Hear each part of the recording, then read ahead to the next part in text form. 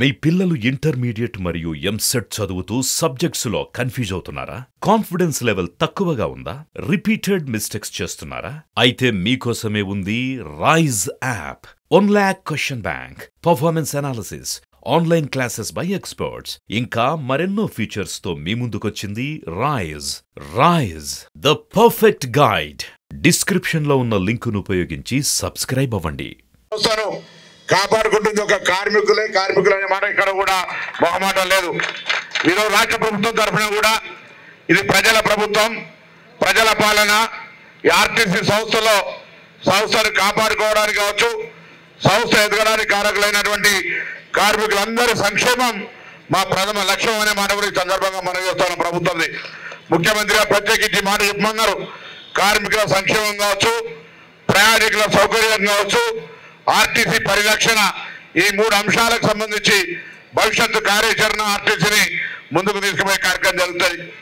నిన్ననే ఆర్టీసీ సంస్థను అందరి హెచ్ఓడితో ఎండి గారి సమక్షంలో మరి ట్రాన్స్పోర్ట్ సెక్రటరీ శ్రీనివాసరాజు గారు కావచ్చు, మిగతా అధికారులందరూ రివ్యూ చేయడం జరిగింది.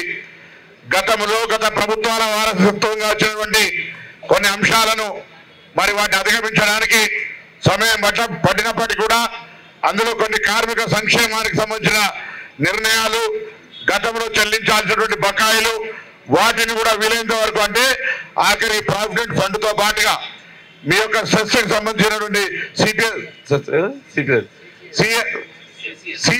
సిసిఎస్ సంబంధించినటువంటి బకాయిలన్నింటినీ కూడా విడతల వారీగా కాకుండా ఎంత వీలైతే తొందరగా మీకు పేమెంట్ చేయాలనేటువంటి ఒక దృఢ సంకల్పంతో ప్రభుత్వం ఉందనే మాట కూడా సందర్భంగా మనం చేస్తా ఉన్నా.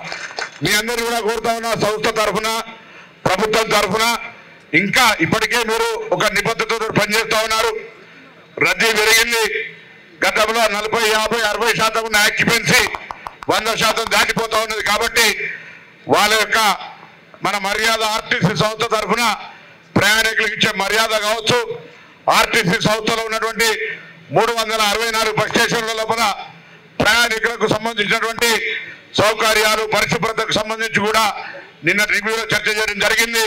దానికి ప్రత్యేకమైనటువంటి నిధులు కానీ అవసరాలు కానీ ఉంటే ప్రభుత్వం తరఫున ఏర్పాటు చేస్తా. కార్యక్రమం డిపోలో మేనేజర్లు కావచ్చు, 11 రీజన్ మేనేజర్లు కావచ్చు, 6 రీడీలు కూడా మీ బాధ్యతల యొక్క కింది స్థాయి లోపల ప్రభుత్వం తీసుకున్న నిర్ణయాన్ని ముఖ్యంగా మహిళలకు ఉచితంగా ఇచ్చే సందర్భంలో ఏర్పడుతున్నటువంటి రద్దీ కావచ్చు, ఇతరత్ర అంశాలు తప్పకుండా చాలా బాధ్యతగా ముందుకు పోతారని సందర్భంగా ఆకాంక్షిస్తా ఉన్నాను.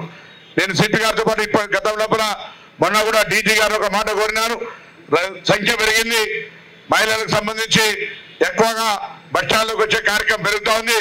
ఎక్కడ కూడా చిన్న సమస్య కూడా శాంతి భద్రతల రూపం లోపల మహిళల పరంగా ఎక్కడ కూడా ఇబ్బంది రాకుండా ఉండే విధంగా తగిన చర్యలు తీసుకోవడంతో పాటుగా సీసీ కెమెరాల ఏర్పాటు కావచ్చు, ఇతరత్ర అంశాలు కూడా చేయాలనేటువంటి ఒక ఆలోచన చేయడం జరుగుతోంది. ఏదేమైనా ఆర్టీసీ ప్రజలది. ఆర్టీసీ సంస్థ తరఫున కావచ్చు, ప్రభుత్వం తరఫున ఎన్ని చర్యలు చేసినా ఆర్టీసీని కాపాడుకునే బాధ్యత గౌరవ ముఖ్యమంత్రి గారు. నా మీద బాధ్యతలు ఒక తెలంగాణ ఉద్యమకారుడిగా, తెలంగాణ ఉద్యమంలో ఆర్టీసీ పాత్ర, తెలంగాణ ఏర్పడిన తర్వాత ఆర్టీసీ ఏ విధంగా నిర్వీర్యం కాబట్టది, ఏ విధంగా దానికి సంబంధించినటువంటి ఒక గుర్తింపు కూడా ఇబ్బందికరమైనటువంటి పరిస్థితి ఉండే మళ్ళీ ఏ విధంగా ముందుకు తీసుకుపోవాలనేటువంటి ప్రణాళికలు తయారు చేస్తా ఉన్నాం. నేను ఇందుకు సంబంధించి ఆర్టీసీ కార్మికులతో పాటుగా యావత్ తెలంగాణ ప్రజల సహకారాన్ని కూడా ఈ ప్రభుత్వం కోరుతా ఉంది. గౌరవ ముఖ్యమంత్రి రేవంత్ రెడ్డి గారి నాయకత్వంలో దేశంలో గతంలో ఆర్టీసీ, ఆంధ్రప్రదేశ్ ఆర్టీసీ అనేక అవార్డులతోటి నెంబర్ 1 ఉండే. మళ్ళీ నిన్ననే అన్ని రాష్ట్రాల పరిస్థితులు తెలుసుకోమన్నాం. భవిష్యత్తులో కూడా ఆర్టీసీ యొక్క లైఫ్ లైన్ పేద ప్రజలకు, గ్రామీణ ప్రజలకు, విద్యార్థులకు అనేక రకాల రాయితీలు ఇచ్చి ప్రభుత్వం తరఫున ఆర్టీసీ సంస్థ నడుపుతారని ఇబ్బందులైనా తప్పకుండా ప్రభుత్వ పరంగా ఆర్టీసీకి ఉన్నటువంటి నష్టాలను తొలగించడానికి ప్రభుత్వ ప్రతినిధిగా, మంత్రిగా నేను చొరవ తీసుకుంటా.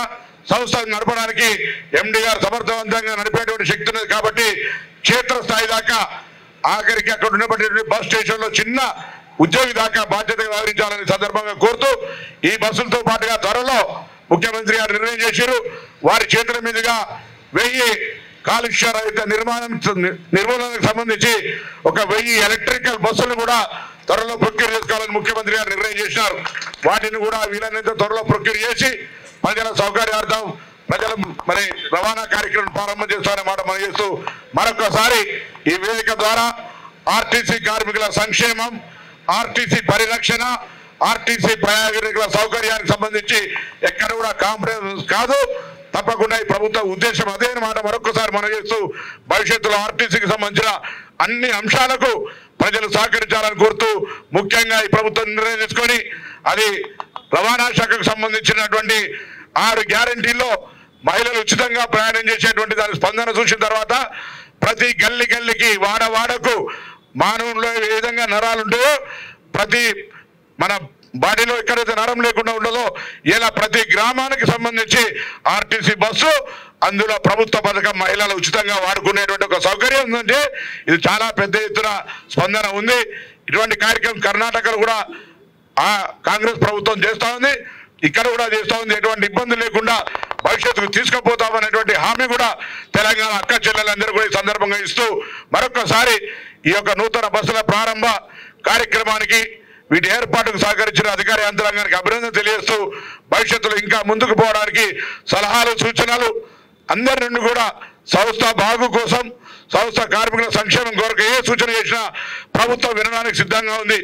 గతంలో ప్రభుత్వం చెప్పింది వినడం మాత్రం పరిమితమై ఉండే, ఇప్పుడు సంబంధిత అధికారులు కావచ్చు, మంత్రి కావచ్చు, ముఖ్యమంత్రి గారు కావచ్చు, మీరు ఏం చెప్పినా సంస్థ సంక్షేమం కొరకు వినడానికి సిద్ధంగా ఉన్నాం.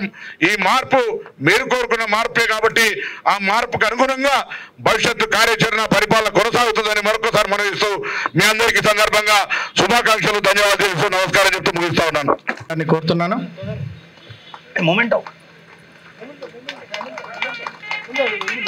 గట్టిగా చప్పట్లు కొట్టాలండి.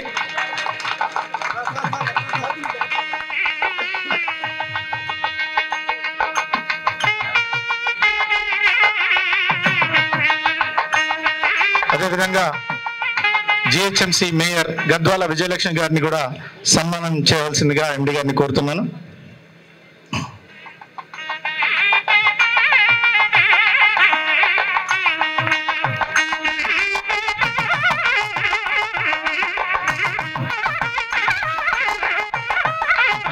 అదేవిధంగా విజయారెడ్డి గారు కార్పొరేటర్ గారిని కూడా సన్మానం చేయవలసిందిగా మన ఎండి గారిని కోరుతున్నాం సార్.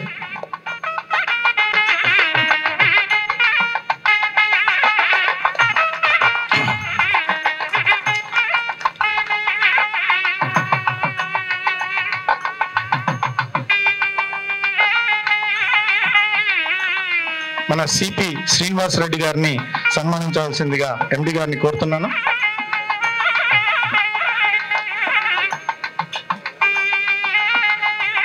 అదేవిధంగా doctor Jyothi Buddhaprakash transport commissioner గారిని సన్మానించవలసిందిగా ఎండి గారిని కోరుతున్నాను సార్.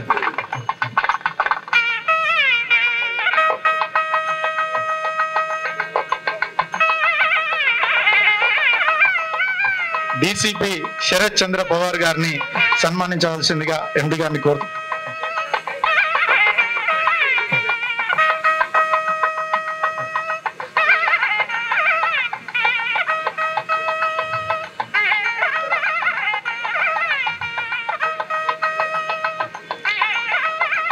అదేవిధంగా joint transport commissioner Panduranga Naik గారిని సన్మానించవలసిందిగా ఎండి గారిని కోరుతున్నాను సార్.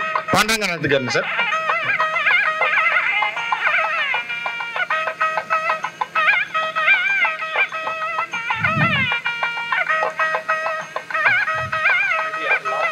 మనకు బ్యాంకింగ్ కి హెల్ప్ చేస్తున్నటువంటి ఎస్బీఐ డీజీఎం శ్రీమతి విజయ నాగేంద్ర గారిని సన్మానించవలసిందిగా కోరుతున్నాను సార్.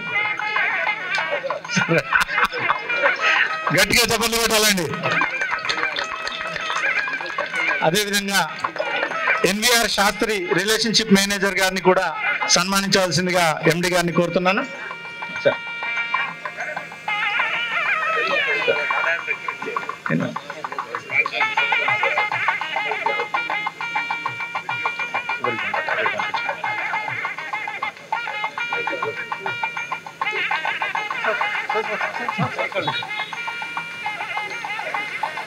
రవి గౌడ్ ఆర్డీఓ గారిని సన్మానించాల్సిందిగా ఎండి గారిని సార్.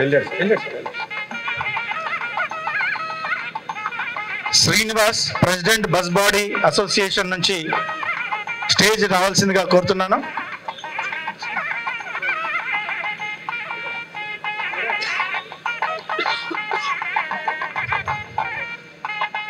శ్రీనివాసన్ వారిని బస్ బాడీ బిల్డర్స్ అసోసియేషన్.